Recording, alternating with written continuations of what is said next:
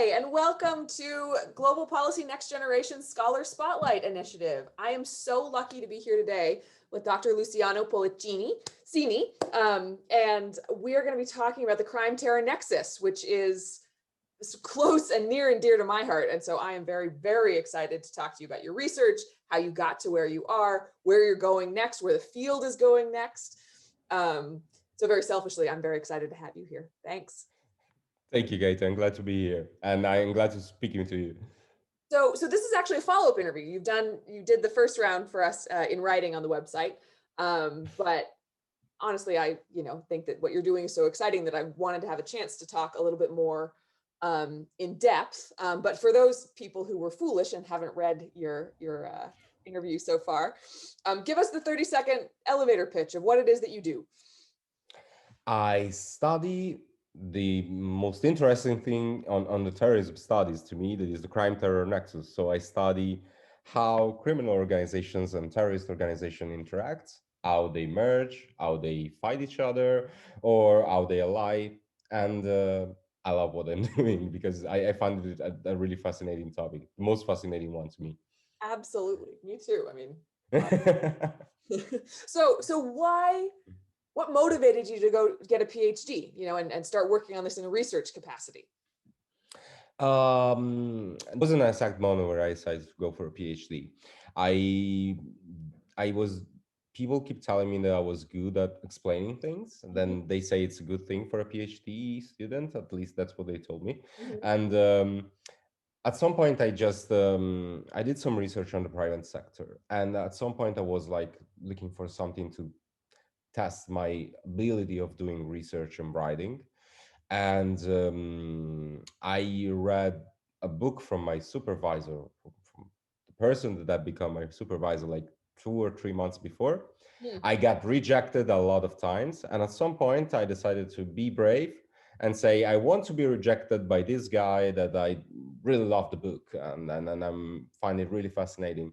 So I wrote an email to him, and he decided to be my supervisor. So maybe that's true. You shouldn't take yourself too seriously, because if you do that, if I would have done that, I would probably never get my PhD.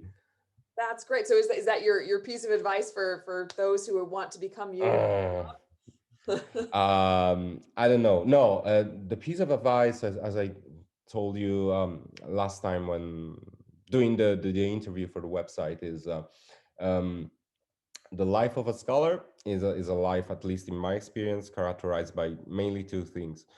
The first is to do some sort of service for other people. So you have to be there to explain to your students, you have to be present to your students, you have to be a positive presence in their life, Mhm. whatever that might be, whatever you type of meaning you're giving to this expression. And the second thing, in the scholar's life, it's about being evaluated, like Hmm. every day.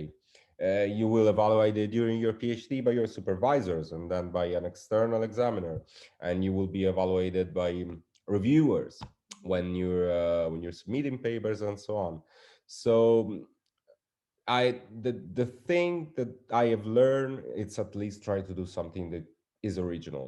Mhm. And when you want to do something that is original, you need to understand that not everybody will be pleased about what you're doing. So you should be able to do uh, the due weight to other people evaluations of yourself. Not saying that you shouldn't care about other people' opinion, but the thing is, um, just don't take it personal, and be honest with yourself. Be ready to admit that you were wrong, and that person that make you aware of the fact that you were wrong Mhm. was right. And yeah, and then just don't take it personal. Enjoy the travel, enjoy the ride. I think that's a really good perspective and piece of advice that I felt like I had to learn, the hard way of that, like that this is what this experience is that everybody has an opinion about your work or suggestions on how to improve or what it And is. to be honest, when you're a woman, it's even worse.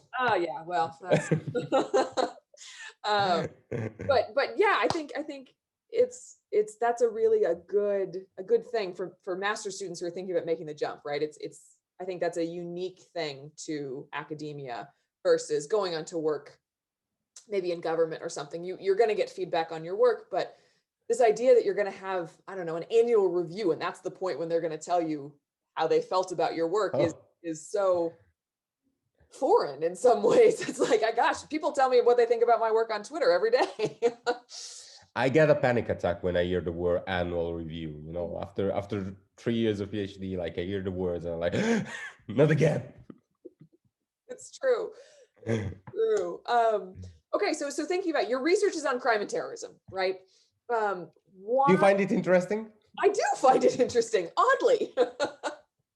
But what made you interested in this topic? You know, what I think we're very similar in our sort of our orientations towards how we came to the field and all of those things. But you know, what are some of the issues that you face in your research? You know, why do you keep coming back to this? What is rewarding about this research? uh, I found incredibly fascinating because I did my both my bachelor and my master's in IR, right? And I found fascinating. I had very good teachers, but I always find fascinating the fact that when you do IR, you Mhm, just talking about states, right? And states are the only actors, and states are the only roots of everything that happen in the world, good or bad. And I always found interesting the fact that there were a lot of different actors that were not considered at that time. And I found that it was very interesting to see how, in some cases, they were relevant as states, or they were even more relevant than states in some geographic areas or historical periods. mhm, And I was fascinated by terrorism. I think me and you, we are the 9/11 generation, unfortunately. So what we hear, especially when we were in the period between high school and junior high, you keep hearing this thing about terrorism.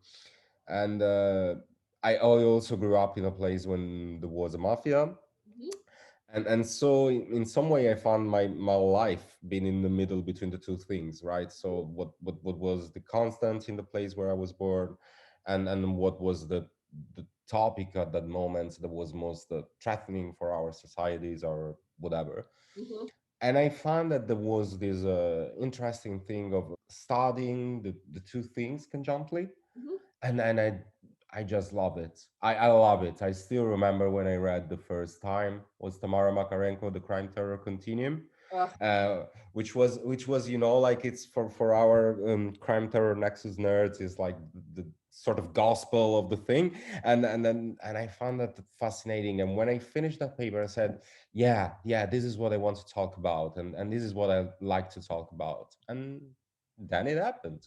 there you go. I have a very similar memory of reading that paper and feeling like the puzzle pieces click into place of like, oh, this makes sense. This is what I have been kind of like flailing around with in like finding these weird pieces, putting them together, and somebody else has given me a lens that I can. Yeah, and you know what was nice about that papers? It was a theory, and so it was the very first um, theoretical framework for the study of this weird thing called crime terror nexus, right?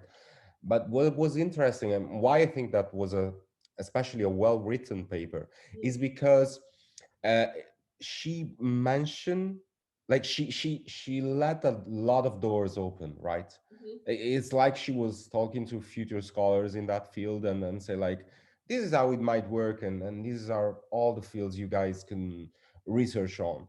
And then I found that was a really groundbreaking, because we tend to abuse the term of groundbreaking, like we use it a Yeah, lot, the term yeah, of groundbreak, but that was really groundbreaking because it opens a lot of different research fields, and yeah, and that was you know brilliant. That's yeah. One day outstanding. I will be brave enough to send an email to her and to Audrey Cronin and say, your work has shaped my work. Your work is the reason that I do what I do because I was Yeah, right. in a formative moment and the light bulbs went. Yeah, let's have a beer. Yeah. We've talked a little bit about how we ended up here, but what advice do you have for other people who are thinking, this sounds great. How do I get into this? How do you get into this? Well, it's Are you talking about the practical getting in, so like the work, or are you talking about how to approach research? I guess I was thinking more of people who are in their late sort of master's degree, or maybe their very early PhD, and that are looking for topics and have obviously read our work and think that we are brilliant and want to grow up to be us. um, How do you break into that field? How do you start doing this kind of work? I started to do that kind of work with my master thesis, Hmm. and when I did a thesis on AQAM Mhm. and about the fact that they were involved in a lot of criminal activities in the Sahel region. Mhm. And in the beginning, it felt like something that was very unnoticed, because there was this country called Mali, and there were a lot of countries called Mali and Chad, etc. And then at some point, the civil war started, and after that, I got the opportunity to work for a review and to make other researches on that specific field, on that specific field of research. And after that, I just decided to go for a PhD.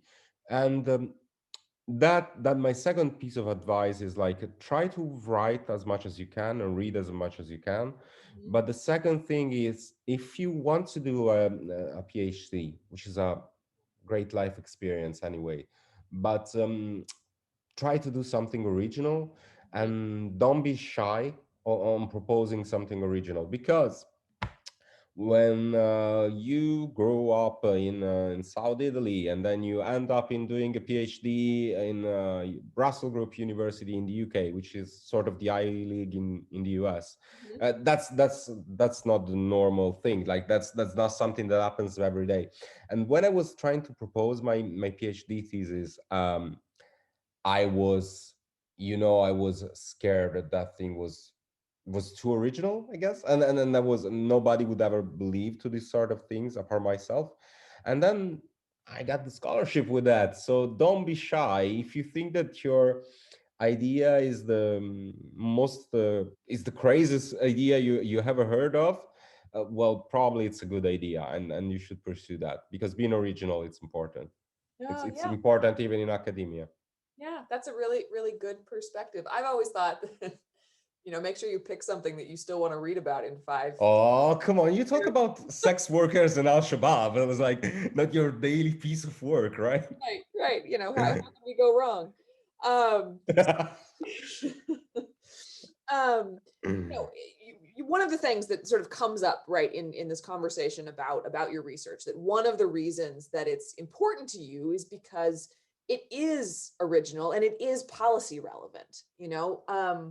Why is it important to be? I mean, maybe not so important to be original. We can Hmm. believe that, but why is it important to be policy relevant? Uh, I don't think I think you're right, because it- sometimes what is original is also policy relevant. Hmm. And I do remember when I was doing my PhD during my first year, we had Rory Cormack giving a lecture about presenting papers and proposing applying for grant funds and so on. Hmm. And Rory is a one of the it's great scholar, and he does a very interesting work on the history of the British intelligence, Hmm. and he published a lot of books on the British intelligence. He does radio shows on BBC4, and I still remember every time I write something, I can actually hear Rory's voice saying like, show to people why they should care about it. Show to people why they should care about it. Say to people why they should care about it. The thing is, what is policy relevant is original, because politicians are sometimes when they ask to scholar for advices, right, or for research, they want to see, sometimes they want to see something that they ever never seen before, right? So when you're talking about, for instance, the crime terror nexus, right, until the 1980s, where basically politicians were interesting on terrorism or organized crimes. They were interesting on plots to commit attacks against the US, Italy, or everywhere, and um, plot to smuggle drugs in within the country, right, or drug markets in general. When actually someone, and Tamara Bakarenko, to be honest, was one of those. when actually someone showed that the two things are not necessarily separate, they weren't skeptic about it. But they Mm, said more, it's something original and it's something that is definitely happening. I want to know more. And then the field was open, right? mhm, And the second thing is because these days you're not just talking to politicians, right? Like a scholar who talks to politicians is definitely a good one. But people are asking you also to do interviews and stay in the media and talk with private companies, and that's it. All these people are interested in something original and they're looking for something original. mhm, So being original is not necessarily that doesn't bring you necessarily to having grants or whatever, but it definitely helps to get people's attention, and that's the most important things when you are connecting with people in academia and outside academia. mhm. So that's very interesting.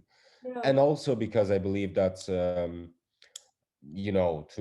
to make progresses in research in general, sometimes you have to think in a very original way and to propose something that is original and Yeah. it's also funny.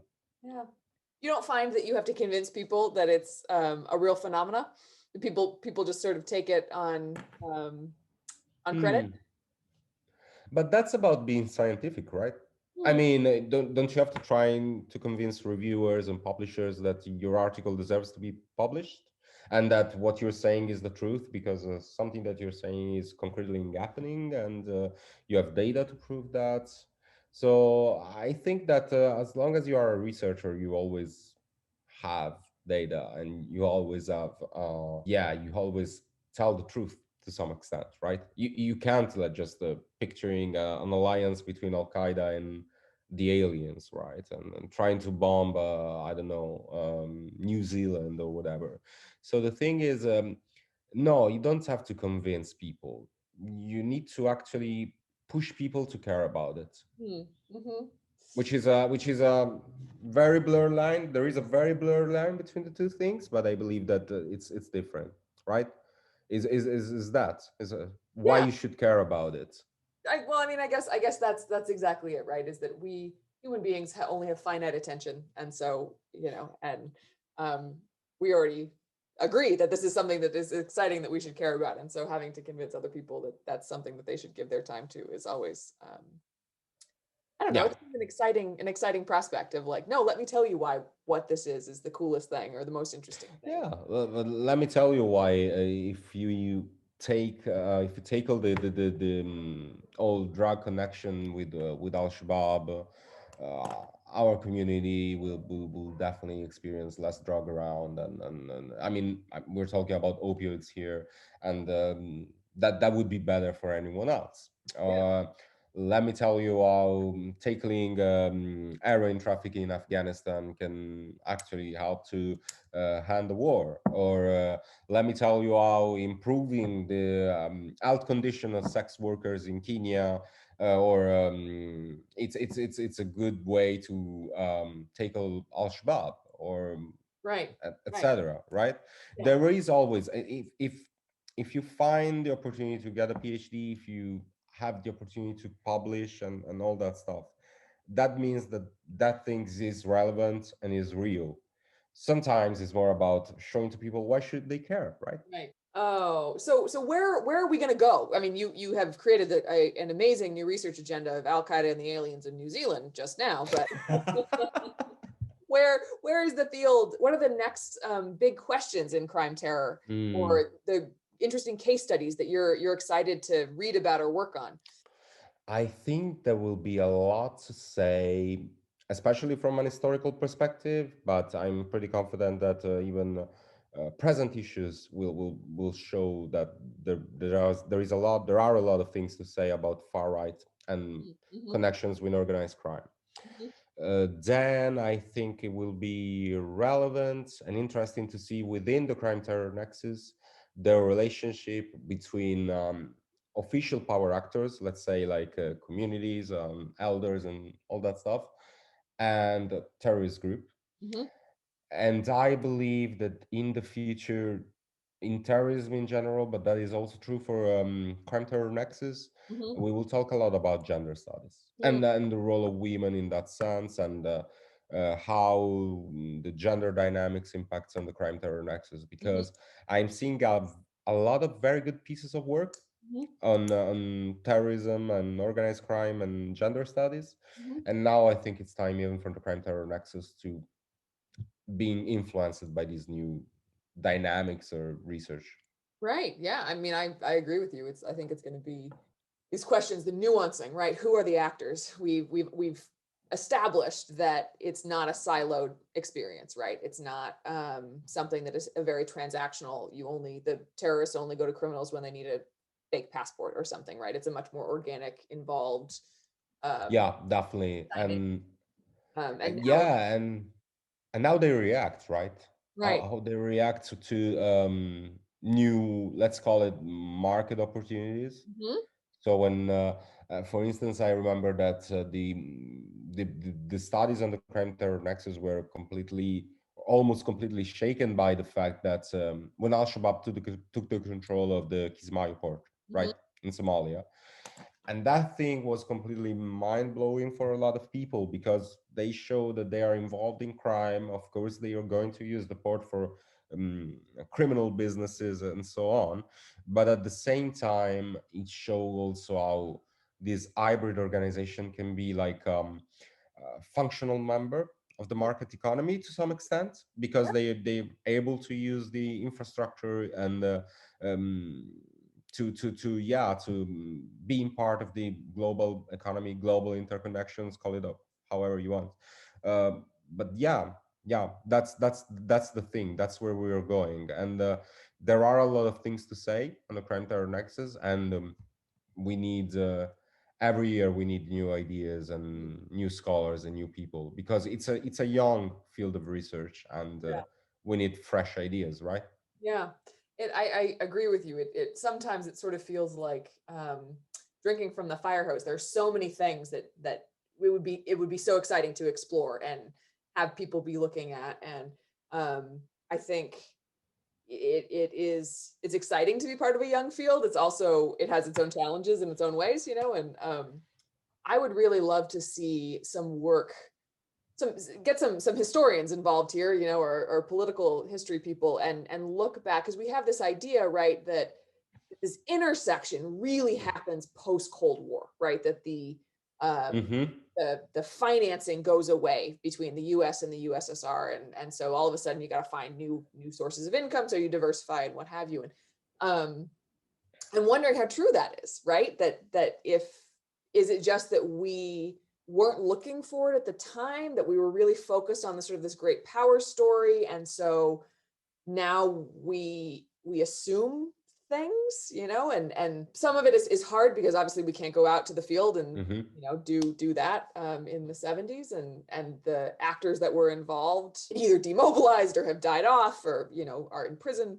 um, but that's a question that I would really love to see explored. Yeah, but especially because I believe that the historical approach is important in terrorism studies. I read 2 weeks ago this paper by Richard English. He's an historian, and he became one of the leading expert, if not the leading expert in studies on the IRA and Mhm. terrorism in Northern Ireland and so on. And I remember that he stressed that point as well because he said it is important to say that as long as we consider the study of terrorism or crimes in general from an historical perspective, there will never be a stagnation in research, Hmm. which is something that a lot of people say. Because when it is important for researchers to always look forward, right? Like look something in the future. But sometimes to enjoy the ride and to make your ride proficient, it's important to turn on the past and to see how many things we have lost Mhm. in without looking at our past, without looking at our history or the history of something certain phenomena. Well, and it starts to get kind of this everything old is new again idea of that, like we've discovered that they're doing this, but actually, you know, if we'd gone back to the 1950s, heck, we go back to, Yeah. I don't know, the Roman Empire. There's some cases of this kind of, what we But would. think about the old crime terror nexus thing concerning Afghanistan, right? Mm, So a lot of people used to tell, as you rightly said, that crime terror nexus began after the Cold War. mhm, But the thing is that the same groups that were conducting drug smuggling and drug trafficking after the Cold War were the same, very same people doing that even before. So right. yeah, that's an interesting that's a very good point actually, right? Yeah. And yeah, and that's a very interesting field of research. Yeah, I mean, it'll be. I'm so excited to see what you do next, what you're going to produce, what other people, young scholars in the field are putting out, because I think it's a boom economy in the field, so to speak. There's lots of really interesting questions. We have access in all sorts of different ways than we had perhaps previously. COVID notwithstanding. And I think we are elevating stories that not necessarily have been previously sort of dismissed, but that haven't been contextualized and held up as important Mhm. in and of themselves, right? um and so I think that is, again, it's a fun time to be working on these questions. Yeah, it's definitely a fun time, and yeah, yeah, and I believe that's there are a lot of stories to tell, Mhm. and it is fascinating because especially in this topic, sometimes you need to wait a couple of years, and then to have some proper data that you can actually pull out and creating something new. Yeah, that's the interesting thing, but always remembering also the challenges that we face in the crime terror nexus, Mhm. which is very important to. I hope that one day we can actually creating a more global theoretical framework for understanding the crime terror nexus. What I mean is, I would love to see an handbook on the crime terror nexus. I would love to see stuff like that going Yeah. on. Also because it's an interesting field of research, it's relevant, it's everything.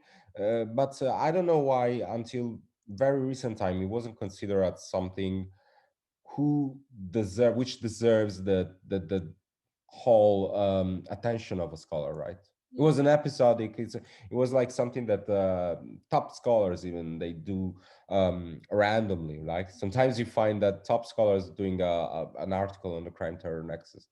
But very interesting thing is that now we have enough data and we have enough questions to ask when actually the crime terror nexus can become like the field of research for someone and become the work for your life, and that's really exciting. Yeah, yeah, it really is. It really is. So speaking of work for your life, what comes next for you? What are you working on now? What are you looking forward to doing in the next? Well, I'm working on an article about the crime terror nexus in this region. Mhm. And then I just get my hand on something on the crime terror nexus, more related to the case study of Italy. Mm. And I have a lot of other funny things, but I want you guys to wait and see that when they are around. Right, right. Irons in the fire. That's great. I'll look forward to reading both of those. I'm excited about that. There was just a fascinating piece that came out. I think I saw it this morning that we've understood that the United States, right, is the major market for cocaine Hmm. forever. But that Europe is making a big surge, like particularly in sort of this COVID era of everybody's apparently doing a lot more drugs. Um, and it's challenging some of these things that we know about drug networks and about kind of who the actors are involved, and that there was a throwaway line in this article about that perhaps there some of the more extremist organizations are involved in moving this, and it was just like, this we need to be talking about this. What is this next? So Oh it's. yeah, that would be really interesting. But also because there were some very good theories about crime, terror, nexus, and drug trafficking, Mhm. and it would be very interesting to give a proper also geographical analysis of these Mhm. flows and these dynamics, right? Yeah. Because when that's what people said. So people imagine, and that what people get from this kind of news is just like, oh yeah, there was a surge in cocaine consumption in Europe and eventually a decrease in the United States or whatever. But what people miss, and again, why you should care, why does it matter? Right.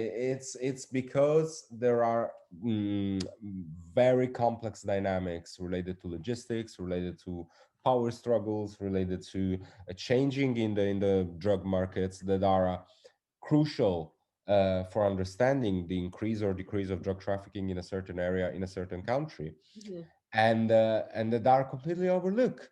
Mhm. So, and that's another, yeah, that's a very good idea. Well, good. Maybe we can co-author it. Great. Oh yeah, let's go for that. All right. So I really appreciate how much time. My very last question is, um, what should we add to our bookshelf? What are you reading? What have you read that you are just dying to Mm, recommend? a lot of them. Okay, I will go with three. Okay, good. Two are the books that I have mentioned during the interview, Hmm. the previous interview, and are James Cocaine, Hmm. Hidden Power. Oh, that was so good.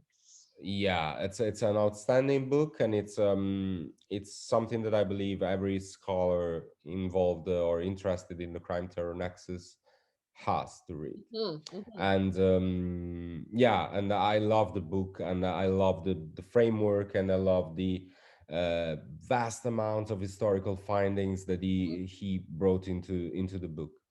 The second one is Jihad and Co by Shamad, and I love the way she did an outstanding job of research and conducting field work.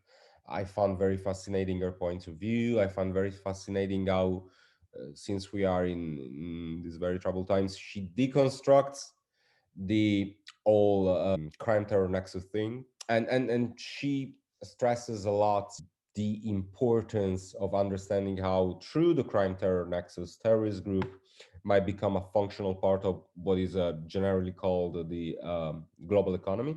Hmm. And the last one that was one of the top readings was Alex Thorsten, a jihadist in North Africa and Israel.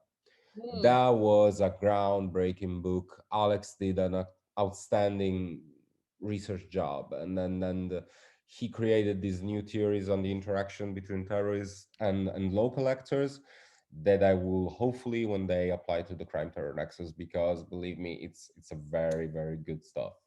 Oh, that is great. Those are three fantastic works. Dr. Ahmed is just such a titan in our field that it's always a delight to read something that she has put out because it's always so well researched and based in the field. It's yeah, it's wonderful to have these big footsteps to follow in, right? But it's a little intimidating. It's definitely. But can I tell you what? It's. I always find very a lot of the scholars on the Printer Nexus, apart from the fact that obviously is my research field, but I found very, very, very, very inspiring Mhm. figures. And since we were talking about gender dynamics, I love the fact that I work on a research field where women scholars have played like such a relevant role, Yeah, right? Because that teaches you a lot about gender equality, right?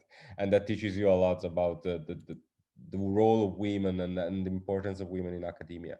Because believe me, without those women, I would never be able to do my research these days. Like I would never be able to do my stuff without Tamara Makarenko and all the others.